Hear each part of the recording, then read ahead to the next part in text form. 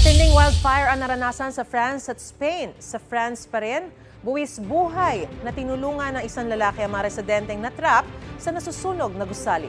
Papasada ng UB Express Overseas.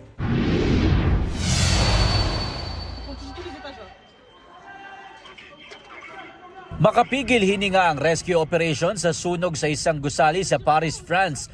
Tumuntong sa pasimano ng bintana ng lalaking yan para tulungan ang mga natrap sa nasusunog na gusali. Kita ang makapal na usok na lumalabas mula sa bintana kung nasaan ang mga residente.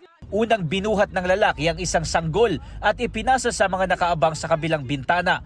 Sunod na iniligtas ang iba pang bata at 2 babae. Makikita rin ang paglabas ng isang lalaki sa isang bintana sa mas mababang palapag. Batay sa investigasyon, nagsimula ang sunog sa ikalawang palapag ng housing complex kung saan may sumabog umano na baterya ng bisikleta habang china-charge. Umani naman ang papuri sa social media pati mula sa presidente ng France ang lalaking tumulong sa mga residente. Ayon sa ulat ng Reuters, isa siyang receptionist sa isang paaralan.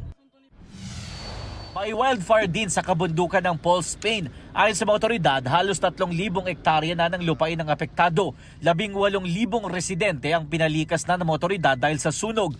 Walang naitalang sugatan o nasawi. Ito ang unang balita. Jomer Apresto para sa GMA Integrated News. Igan, mauna ka sa mga balita, mag-subscribe na sa GMA Integrated News sa YouTube para sa iba't ibang ulat sa ating bansa.